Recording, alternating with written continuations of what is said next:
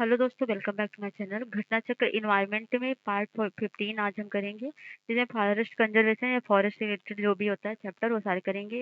मतलब चैप्टर तो serial wise ही करेंगे, जो जो आएगा वो कर लेंगे हम। एनीवे, घटना चक्र कितना इंपॉर्टेंट आपको पता होगा। For UPSC, PCS, RO RO exam और जो भी एग्जाम होते हैं सबके लिए कितना इंपॉर्टेंट है।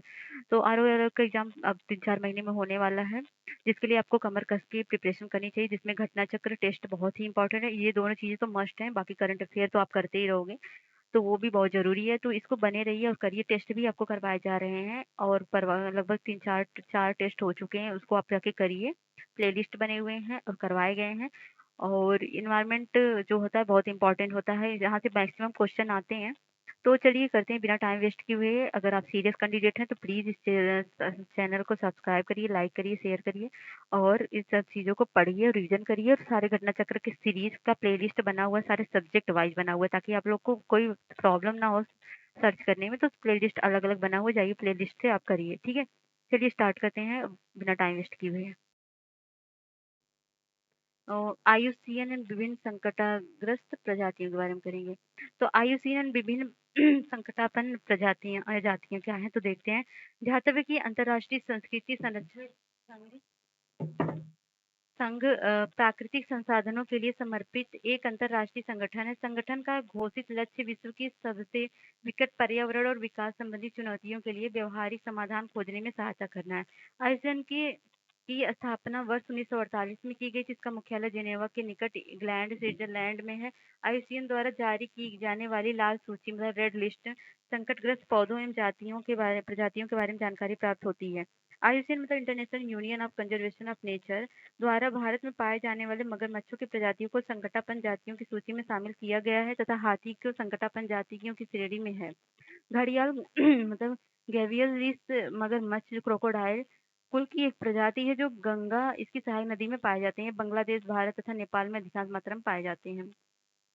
तो घड़ियाल का वैज्ञानिक नाम है गेवियलिस गैंगेटिकस। और घड़ियाल की ज्यादातर संख्या भारत में चंबल नदी एवं गिरवा नदी में पाई जाती है। आईयूसीएन के घड़ियाल के अति संकटग्रस्त की श्रेणी में रखा गया है। लेदर बैग, टर्टल एवं अनुपमृग संकटापन्न की श्रेणी में आते हैं।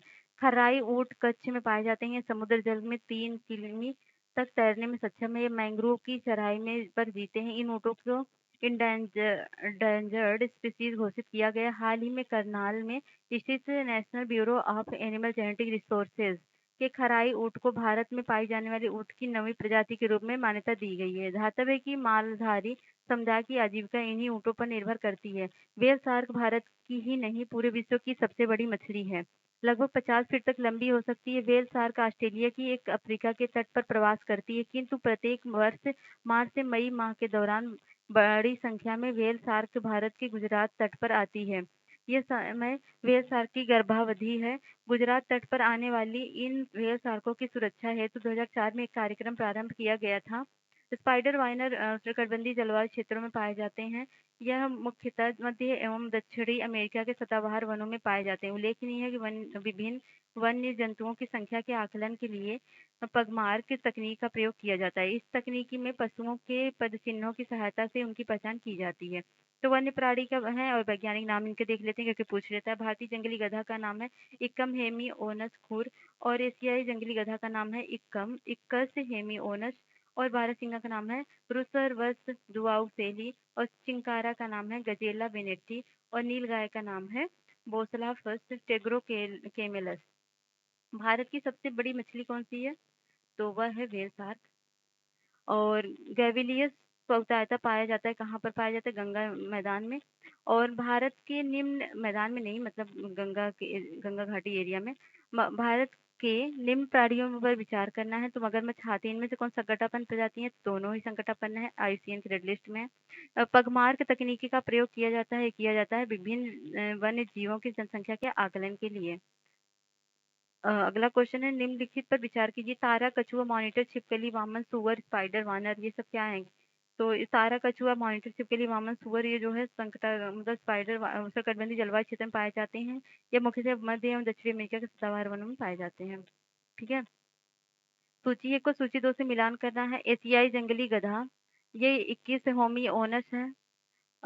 21 होमी ओनस है। और 12 सिंगा जो है, यह यह है रुस रुसर्वस दुआओ सेली, और चिंकारा जो है, चिंकारा है गजेला बेनेटी, और नीलगाय है बोसलाफस टेग्रोकेमिलस। तो इस तरह से ऑप्शन बी सही हो जाएगा। निम्नलिखित भारतीय प्राणिजात पर विचार कीजिए। तो कौन सा है? तो है घड़ियाल, चर्म पीठ कूर्म, अनूप मृग। ये तीनों ही क्या है? संकटापन्न प्रजाति हैं। और यदि आप घड़ियाल को उसके प्राकृतिक आवास में देखना चाहते हैं तो निम्नलिखित में किस स्थान पर जाना सबसे सही है? तो वह है चंबल नदी में। और भारत में पाई जाने वाली नस्ल खराई ऊँट के बारे में अनूठा क्या है? तो यह समुद्र जल में 3 किमी तैरने में सक्षम है, ये मैंग्रोव की चराई पर जीता है, या ये जंगली होता है और पालतू नहीं बनाया जा सकता। तो ये तीसरा गलत है, बाकी 1 2 सही है। या ये 2016 में पूछा गया क्वेश्चन है। ये क्वेश्चन जो पूछे जाते हैं उस टाइम के करंट न्यूज की वजह से पूछे जाते हैं। तो वन संपदा संरक्षण से संबंधित भारतीय प्रयास क्या-क्या हैं वो देखते हैं हम। तो भारत का भू क्षेत्रफल संसार के कुल भू क्षेत्रफल का लगभग 2.4% है। ध्यातव्य है कि भारत में विश्व की कुल ज्ञात जैव विविधता का लगभग 8% प्राप्त होता है। तो जे.आर.बी. ऑफ्रेड की पुस्तक फनल डायवर्सिटीज इन इंडिया के अनुसार विश्व की कुल जंतु प्रजातियों की संख्या 7.28% भाग भारत में पाया जाता है। भारत में वन्यजीव संरक्षण अधिनियम 9 सितंबर 1972 को लागू किया गया। वन्य जीवों की तस्करी, अवैध शिकार से रक्षा एवं संरक्षण के लिए भारत सरकार द्वारा वन्य जीव अधिनियम 1972 पारित किया गया था। इस अधिनियम में कुल 66 धाराएं हैं जिन्हें 7 अध्याय और 6 अनुसूचियों में विभाजित किया गया है। भारतीय वन्य जीव अधिनियम 1972 वन्य जीवों के आवास संरक्षण के अनेक प्रावधान थे। इसके अंतर्गत रक्षित वन्य जीवों की सूची दी गई। उल्लेखनीय है कि बाघ को भी अनुसूची वन में ही रखा गया है। अतः यदि कछुए की एक प्रजाति को अनुसूचित वन के अंतर्गत संरक्षित घोषित किया जाएगा तो उसे भी संरक्षण का सही स्तर प्राप्त होगा जैसा कि बाघ को प्राप्त है। वन्य जीव अधिनियम 1972 के अनुसार किसी व्यक्ति द्वारा विधि द्वारा किए गए कतिपय उपबंधों के अधीन होने के सिवाय घड़ियाल, भारतीय जंगली गधा एवं जंगली भैंस तीनों का शिकार नहीं किया जा सकता। भारत में वन अधिनियम 1980 को संसद द्वारा 27 दिसंबर 1980 को अधिनियमित किया गया। यद्यपि इसके लागू होने की तिथि 25 अक्टूबर 1980 को है। वर्ष 2016 में कार्यान्वित नवीन राष्ट्रीय वन सूची डिजाइन के अंतर्गत वन सूची समीक्षा का समय 20 वर्ष से घटाकर 5 वर्ष कर दिया गया। राष्ट्रीय पादप आनुवांशिक संसाधन ब्यूरो NBPGR की स्थापना वर्ष 1977 में नई दिल्ली में राष्ट्रीय स्तर पर पौधों के आनुवांशिक संसाधनों के प्रबंधन के लिए एक नोडल एजेंसी के रूप में की गई थी। इसके 10 क्षेत्रीय कार्यालय विभिन्न कृषि जलवायु क्षेत्रों में स्थित हैं, जो शिमला है, जोधपुर है, त्रिशूर है,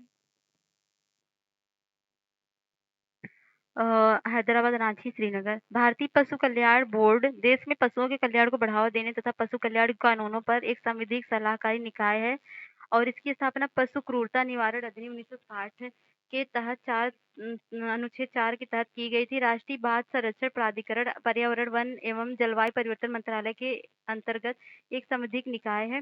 केंद्र सरकार ने एक अधिसूचना के द्वारा 20 फरवरी 2009 को राष्ट्रीय गंगा नदी बेसिन प्राधिकरण की स्थापना की। भारत के प्रधानमंत्री इसके पदेन अध्यक्ष होते हैं। वन अनुसंधान संस्थान की स्थापना उत्तराखंड के देहरादून जिले में वर्ष 1906 में की गई। यह इस प्रकार का सबसे पुराना संस्थान है। वर्ष 1991 में इसे विश्वविद्यालय अनुदान आयोग द्वारा डीम्ड विश्वविद्यालय घोषित कर दिया गया। भारतीय वन्यजीव संस्थान देहरादून में स्थित है। वन्य जीवों के क्षेत्र में किए गए विशिष्ट कार्यों के लिए शैक्षिक एवं शोध संस्थाओं, वन एवं वन्यजीव अधिकारियों तथा वन्यजीव संरक्षकों आदि को पर्यावरण एवं वन मंत्रालय द्वारा जारी राजीव गांधी वन्यजीव संरक्षण पुरस्कार प्रदान किए जाते हैं। ध्यातव्य है कि वर्ष 1974 में वन विभाग ने जोशीमठ के रैडी गांव के लगभग 680 हेक्टेयर जंगल को नीलाम कर दिया तथा गौरा देवी के नेतृत्व में सैकड़ों तादाद में महिलाओं ने पेड़ों से चिपक कर वन कटाई का विरोध किया। चिपको आंदोलन के प्रणेता चंद्री प्रसाद भट्ट हैं। इन्होंने वर्ष 1964 में दासोली ग्राम स्वराज मंडल की स्थापना की। आगे चलकर यह संस्था चिपको आंदोलन की आधार भूमि बनी और वर्ष 1973 वनों की कटाई के विरोध स्वरूप चिपको आंदोलन की शुरुआत हुई। इस आंदोलन के सह कार्यकर्ता सुंदरलाल बगुड़ा ने भी इस आंदोलन में महत्वपूर्ण भूमिका निभाई। वर्ष 1982 में चंदी प्रसाद भट्ट को रेमन गेम्स से पुरस्कार प्रदान किया गया। 1970 के दशक में देश भर में वनों के विनाश के विरुद्ध हुए संगठित प्रतिरोध को चिपको आंदोलन का नाम दिया गया था तथा सुंदरलाल बहुगुणा इस आंदोलन से जुड़े और इन्हें इसका नेता माना जाता है। चिपको आंदोलन मूल रूप से वन कटाई के विरुद्ध था। चंदी प्रसाद भट्ट एवं सुंदरलाल बहुगुणा इस आंदोलन के सक्रिय कार्यकर्ता थे। अमृता देवी बिश्नोई स्मृति पुरस्कार वन एवं वन्य जीवों के संरक्षण के अभूतपूर्व योगदान के लिए राजस्थान सरकार के वन विभाग द्वारा प्रदान किया गया। गोंड और कोरकू जनजाति पारिस्थितिकी रूप से महत्वपूर्ण महीने भर चलने वाले अभियान त्योहार के दौरान फलदार वृक्षों के पौधों का रोपण करते हैं। नेपाल एवं भारत में वन्यजीव संरक्षण प्रयासों के रूप में सेव नामक एक नया संगठन प्रारंभ किया गया है, जिसके निर्माण का मुख्य उद्देश्य टाइगर का संरक्षण करना है। तिब्बती बौद्धों द्वारा टाइगर के खाल का प्रयोग आसान करने लगाने और सौंदर्यीकरण के लिए किया जाता है, जिसके कारण टाइगर के शिकार में वृद्धि को ध्यान में रखते हुए भारत एवं नेपाल ने जुलाई 2010 में सेव नामक संगठन की स्थापना की, जो इसके संरक्षण एवं इसकी संख्या वृद्धि के लिए कार्यरत है। अपना वन अपना धन योजना हिमाचल प्रदेश राज्य द्वारा प्रारंभ की गई। इसका उद्देश्य राज्य में वन रोपण की क्रियाविधि को बढ़ावा देना है। झारखंड एवं पर्यावरण संतुलन बनाए रखने हेतु राज्य में मुख्यमंत्री जन वन योजना को लागू किया गया। इसे 15 नवंबर 2015 को प्रारंभ किया गया। इस योजना के निम्नलिखित उद्देश्य हैं: प्रदेश के हरित क्षेत्र में वृद्धि कर पर्यावरण संतुलन कायम रखना और वृक्षारोपण के माध्यम से भूजल संरक्षण करना और निजी क्षेत्र में वनोपज उत्पादन को बढ़ावा देकर अधिसूचित वनों पर दबाव करना, किसानों की भूमि पर वृक्षारोपण कर उसकी आयु को बढ़ाना और राज्य में जन सहयोग वनाच्छादन को बढ़ावा देना। भारतीय सर्वेक्षण विभाग विज्ञान और प्रौद्योगिकी विभाग के अधीन राष्ट्रीय सर्वेक्षण और मानचित्रण के लिए भारत सरकार का एक प्राचीनतम विभाग है। इसकी स्थापना 1767 में की गई। इसका संबंध पर्यावरण से नहीं है। संकटपूर्ण वन्यजीव पर्यावास मतलब क्रिटिकल वाइल्ड लाइफ हैबिटेट की परिभाषा अनुसूचित जनजाति एवं वन्य परंपरागत वन निवासी वन अधिकारों की मान्यता अधिनियम 2006 या वन अधिकार अधिनियम 2006 में समाविष्ट है। इस अधिनियम का मुख्य लक्ष्य जनजातियों के अधिकार को मान्यता और उसके अधिकारों, दायित्वों एवं लाभ का तर्कसंगत वितरण, ताकि वनों पर निर्भर समुदायों की जीविका सुनिश्चित होकर वन संरक्षण के उद्देश्य की प्राप्ति हो सके।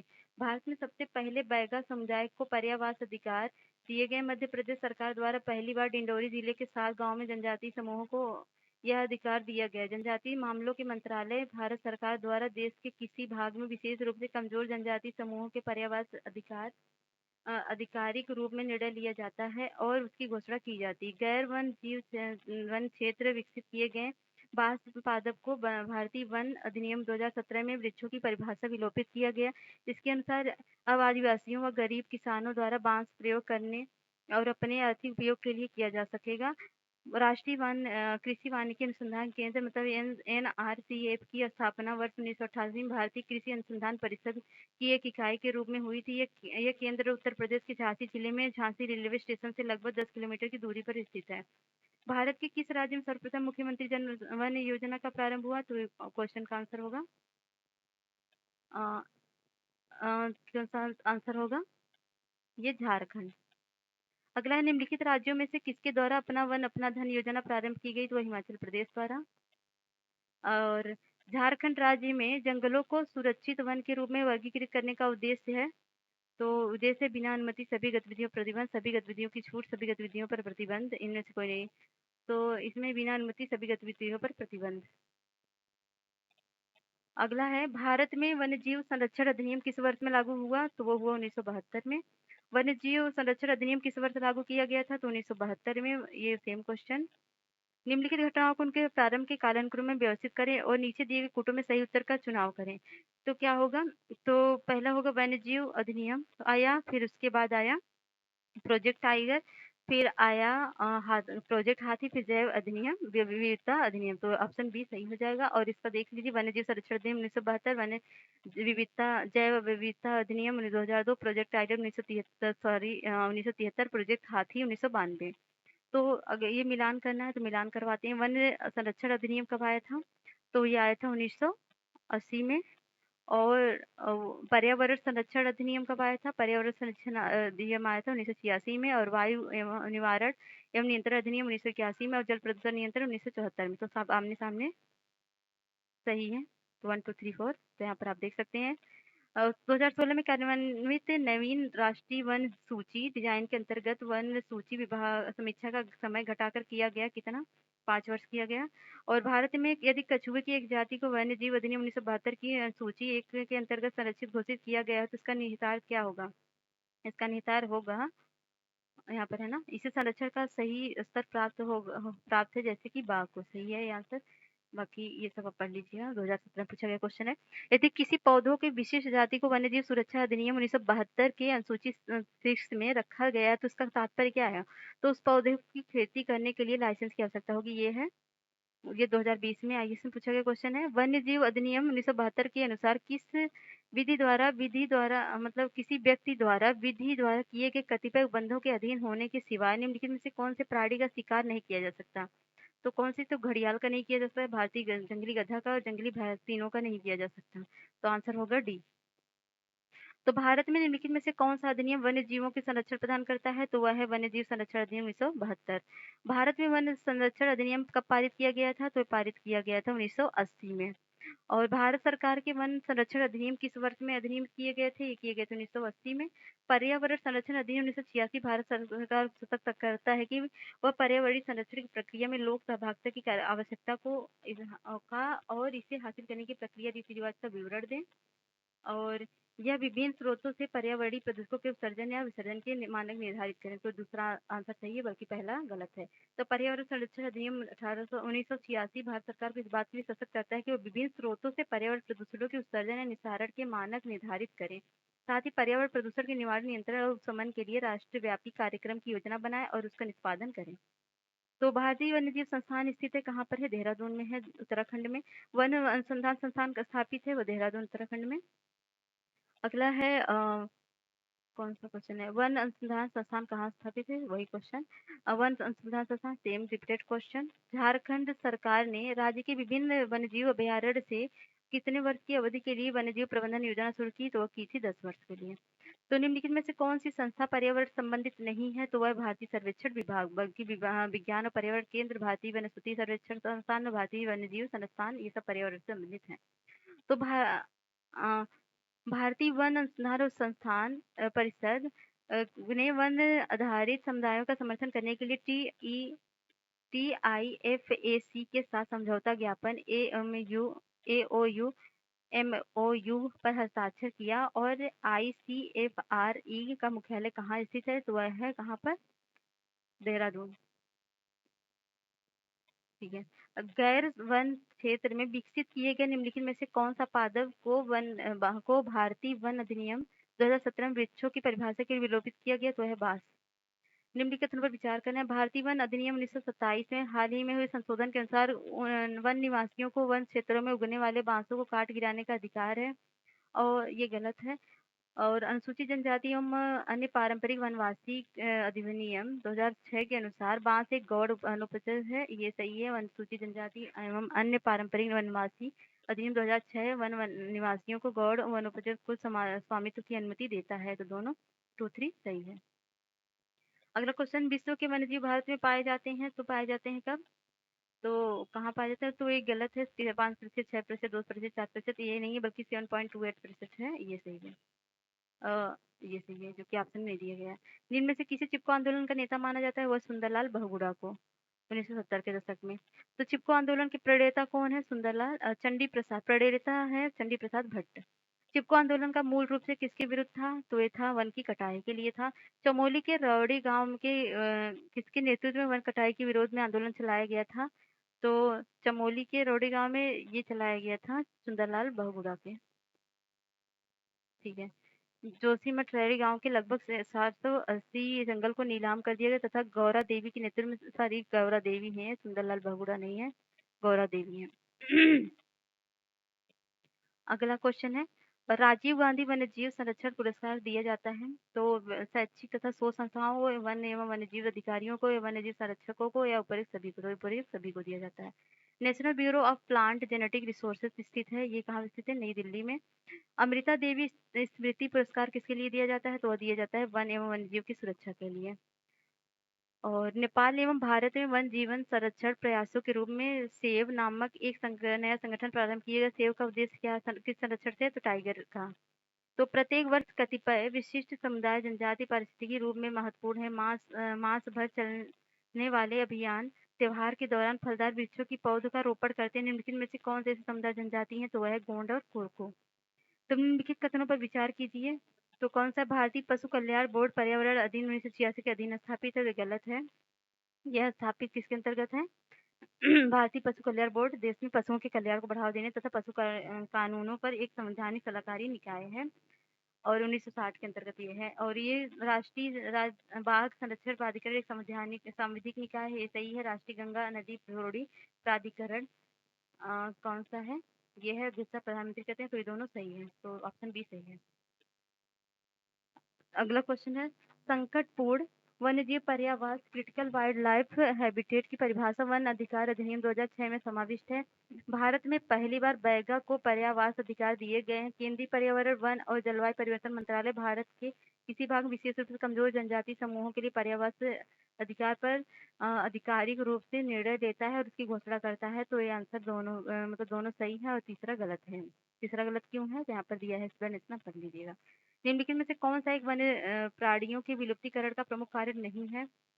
प्राकृतिक आवास का नष्ट होना, जंगलों में आग लगना, ये है वन्यजीव का अवैध वाणिज्यीकरण व्यापार और ये है जनसंख्या की तीव्र वृद्धि। तो ये डी वाला होगा। राष्ट्रीय कृषि वानिकी अनुसंधान केंद्र स्थित है, कहाँ पर स्थित है? यह स्थित है झांसी में। तो ठीक है, वन संरक्षण से संबंधित वैश्विक प्रयास देख लेते हैं। तो CIA की वर्ल्ड फैक्ट बुक के अनुसार विश्व के विभिन्न देशों को उनके भौगोलिक क्षेत्र में वनाच्छादित प्रतिशत निम्नानुसार है। जैसे भारत का 23.1% है, चीन का देख लीजिए, सबका डेटा यहाँ पर दिया, देख लीजिए एक बार। तो ठीक है, भूटान सरकार ने अपने देश में कुल भौगोलिक क्षेत्रफल में कम से कम 60% पर भाग पर वन बनाए रखने की संवैधानिक प्रावधान किए है। वर्तमान भूटान का लगभग 84% भूभाग वनों से आच्छादित है। मरुस्थलीकरण को रोकने के लिए united nation convention to combat desertification की स्थापना वर्ष 1994 में की गई। यह अकेला कानूनी बाध्यकारी समझौता है जो पर्यावरण एवं विकास तथा टिकाऊ भूमि प्रबंधन को संयुक्त रूप से पेश करता है। इसका उद्देश्य नवप्रवर्तनकारी राष्ट्रीय कार्यक्रमों एवं समर्थक अंतर्राष्ट्रीय भागीदारियों के माध्यम से प्रभावकारी कार्रवाई को प्रोत्साहित करना है। UNCCD मरुस्थलीकरण को रोकने के लिए स्थानीय लोगों की भागीदारी को प्रोत्साहित करने हेतु ऊर्ध्वगामी उपागम के लिए प्रतिबद्ध है। तो इसका सचिवालय संबंधित क्षेत्रों को वित्तीय संसाधन बड़े हिस्से का नियतम सुलभ कराता है। वर्ल्ड वाइल्ड लाइफ फंड ने 1961 में इसकी स्थापना से संगठन के प्रतीक चिन्ह के रूप में ज्वाइन पांडा को अपनाया। इसका वैज्ञानिक नाम है एलुरोपोडा मेलानोलियोका। इसका निवास स्थान मुख्यतः शीतोष्ण चौड़ी पत्ती वाले और मिश्रित वनों में मिलता है। वर्तमान विश्व भर में इसकी संख्या लगभग 1600 है। उल्लेखनीय है कि विश्व वन्यजीव दिवस विश्व के अलग अलग देशों में अलग अलग तिथियों पर आयोजित किया जाता है। यथा अमेरिका में 4 दिसंबर को मनाया जाता है। भारत में वन्यजीव सप्ताह 2 से 8 अक्टूबर के मध्य मनाया जाता है। विश्व पर्यावरण दिवस 5 जून को, जबकि विश्व वानिकी दिवस 21 मार्च को मनाया जाता है। मार्च 2013 के प्रारंभ में बैंकॉक में मतलब थाईलैंड में आयोजित site convention on international trade in endangered species of wild fauna and flora के पक्षकारों की 16वीं बैठक में 3 मार्च को विश्व वन्य जीव दिवस के रूप में नामित करने का प्रस्ताव रखा गया था। 20 दिसंबर 2013 को संयुक्त राष्ट्र महासभा 38वें वार्षिक सत्र के दौरान 3 मार्च को प्रतिवर्ष वर्ल्ड वाइल्ड लाइफ डे के रूप में मनाने का निर्णय लिया है। विश्व वन्यजीव दिवस 2022 की थीम है पारिस्थितिकी तंत्र की बहाली के लिए प्रमुख प्रजातियों को पुनर्प्राप्त करना, मतलब रिकवरिंग की स्पीसीज फॉर इकोसिस्टम रिस्टोरेशन। विश्व वन्यजीव दिवस का मनाया 2021 की थीम थी वन एवं आजीविका, लोगों और ग्रहों को बनाए रखना, forest and livelihood sustaining the people and planet. जहाँ तक है कि 21 से 24 नवंबर 2010 के मध्य से विश्व का प्रथम बाघ शिखर सम्मेलन टाइगर समिट सेंट पीटर्सबर्ग में आयोजित किया गया था। तो विश्व वन्यजीव कोष की स्थापना 1961 में हुई थी। 2000 में उड़ीसा के नंदनकानन अभ्यारण्य में 13 शेरों की ट्राइपैनोसोमियासिस रोग के कारण मृत्यु हो गई थी। भारत का सबसे बड़ा जीवनशाला कोलकाता में अवस्थित है। यूकेलिप्टस वृक्ष को पारिस्थितिकी मित्र नहीं बल्कि पारिस्थितिकी आतंकवादी कहा जाता है। तो वर्ल्ड क्वेश्चन है, वर्ल्ड WWF का प्रतीक कौन सा जानवर है? तो जाइन पांडा है। विश्व वन्यजीव दिवस कब मनाया जाता है? तो 20 दिसंबर को मनाया जाता है। इसमें ऑप्शन में नहीं दिया गया है। तो मरुस्थलीकरण को रोकने के लिए संयुक्त राष्ट्र अब इस समय United nation convention on combat desertification का क्या महत्व है? इसका उद्देश्य नवप्रवर्तनकारी राष्ट्रीय कार्यक्रमों का समर्थन, अंतर्राष्ट्रीय भागीदारों के माध्यम से प्रभावकारी कार्रवाई को प्रोत्साहित करना है। यह विशिष्ट रूप से दक्षिणी एशिया एवं उत्तरी अफ्रीका के क्षेत्रों पर केंद्रित होती है। इसका सचिवालय इन क्षेत्रों को वित्तीय संसाधन के बड़े हिस्सों का नियंत्रण सुलभ कराता है। तो जो आंसर होगा वो 1-3 होगा और दूसरा गलत है। वास्तविकरण को रोकने के लिए स्थानीय लोगों की भागीदारी को प्रोत्साहित करने हेतु ऊर्ध्वगामी उपागम मतलब बॉटम अप अप्रोच के लिए प्रतिबद्ध है। तो ये वैसे सही है। एक्सप्लेनेशन दिया है, देख लीजिएगा। वनों पर निवार्क घोषणा मतलब निवार्क डिक्लेरेशन ऑन फॉरेस्ट के संदर्भ में निम्नलिखित कथनों में से कौन सा सही है? तो देखते हैं 2014 में संयुक्त राष्ट्र जलवायु शिखर सम्मेलन में पहली बार इसकी समर्थन किया था, ये सही है। और इसमें वन के ह्रास को रोकने के लिए एक वैश्विक समय रेखा का समर्थन किया गया, ये भी सही है। एक वैध रूप से बाध्यकारी अंतर्राष्ट्रीय घोषणा है, ये गलत है। यह सरकारों, बड़ी कंपनियों और देशी समुदायों द्वारा समर्थित है और भारत इसके प्रारंभ के समय हस्ताक्षरकर्ताओं में से एक था। तो ये सबके मतलब ये 5वां गलत है और ये 1-4 सही है। तो वनों पर निवार घोषणा 2014 में संयुक्त राष्ट्र पर्यावरण सम्मेलन के दौरान की गई थी। इस घोषणा का 10 लक्ष्य तय किए गए थे, जिसमें से वर्ष 2030 तक प्राकृतिक वनों को ह्रास को रोकना था। अभी तक 200 से अधिक सरकारों, एनजीओ, निजी कंपनियों ने इस घोषणा पत्र पर हस्ताक्षर किए, परंतु भारत ने इस हस्ताक्षर नहीं किया है। किस देश के उसके भौगोलिक क्षेत्र का उच्चतम प्रतिशत वनाच्छादित है? तो वह है जापान। तो वर्ल्ड फैक्ट बुक के अनुसार विकल्प में दिए गए देशों में जापान उसके भौगोलिक क्षेत्रफल का लगभग 68.5% वनाच्छादित है। निम्नलिखित देशों में से किसी में कुल भौगोलिक क्षेत्रफल के 60% भाग पर वन बनाए रखने का संवैधानिक प्रावधान है? तो वह है भूटान का, और भूटान में सबसे ज्यादा है। उस ऑप्शन में क्या था जब भूटान नहीं था। तो विश्व वन्य जीवन कोष की स्थापना 1961 में हुई थी और जुलाई 2000 में उड़ीसा ने नंदनवन अभ्यारण्य में 13 शेरों की मृत्यु के कारण ट्राइपेनोसोमियासिस से रोग हो रहा और यूकेलिप्टस वृक्ष को पारिस्थितिक तंत्र का मित्र नहीं बल्कि दुश्मन कहा जाता है। भारत का सबसे बड़ा जीव एक मिनट, हाँ, सबसे बड़ा जीवनशाला कोलकाता में अवस्थित है। तो तीसरा ऑप्शन गलत है। तीसरा आप एलिमिनेट कर दीजिए तो 1-2 आएगा, तो सी ऑप्शन सही होगा। तो एक कथन कारण देख लेते हैं। संयुक्त राष्ट्र पूंजी विकास निधि यूएनएचसीडीएफ और आर्बर डे फाउंडेशन ने हाल ही में हैदराबाद को विश्व के 2020 वृक्ष नगर की मान्यता प्रदान किया। शहरी वनों को बढ़ाने और संपोषित करने के लिए प्रतिबद्धता को देखते हुए हैदराबाद एक वर्ष के लिए इस मान्यता हेतु चयन किया गया। तो ये जो है पहला तो सही है, लेकिन दूसरा पहला सही गलत है और दूसरा सही है। तो इस तरह से ऑप्शन डी सही है। अगला क्वेश्चन है, किस देश का कुल सर्वाधिक प्रतिशत वन आच्छादित है? तो वह है सूरीनाम। तो यहाँ पर देख सकते हैं आप, ये दिया गया है डाटा। विश्व बाघ शिखर सम्मेलन 2010 आयोजित किया गया था, वो कहाँ किया गया था? पीटर्सबर्ग में। ठीक है, ये हो गया आपका वनों से रिलेटेड जितना क्वेश्चन था। और बाकी जो है अगले चैप्टर में हम करेंगे अभ्यारण्य जैवमंडल एवं भारतीय मतलब जैवमंडल रिजर्व के बारे में। ठीक है, तो मिलते हैं नेक्स्ट वीडियो में, तब तक के लिए बाय बाय। लेकिन हाउस जाने से पहले आप प्लीज चैनल को लाइक कर दीजिए, शेयर करिए, सब्सक्राइब कर दीजिए और घटना चक्र की सीरीज को देखिए। प्लेलिस्ट आपको डिस्क्रिप्शन बॉक्स में मिल जाएंगी। चलिए तब तक के लिए बाय बाय। जय हिंद, जय भारत।